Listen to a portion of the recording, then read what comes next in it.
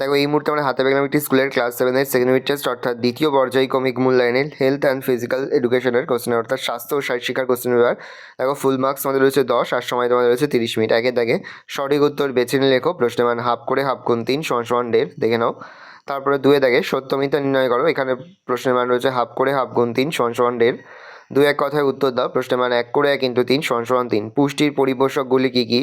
মেদ বৃদ্ধি রুখতে কী কী যোগাসন করতে হবে? কোন কোন অঙ্গে স্পর্শ করা ভালো স্পর্শ নয়? 4 দাগে নিচের প্রশ্নগুলির উত্তর দাও। প্রশ্নের মান 2 করে 2 গুণ 2 = 4। পস্কয়েন কি? কোন কোন খাদ্য থেকে ভিটামিন এ পাওয়া যায়? খাদ্যের কাজ কি? ভালো করে দেখে নাও। এই রোজ টোটাল তোমাদের সেকেন্ড ইউনিট টেস্ট অর্থাৎ দ্বিতীয় পর্যায়ক্রমিক মূল্যায়নের ক্লাস 7-এর স্বাস্থ্য ও শারীরশিক্ষার প্রশ্নপত্র। ভালো করে প্রশ্নপত্রটা দেখে নাও।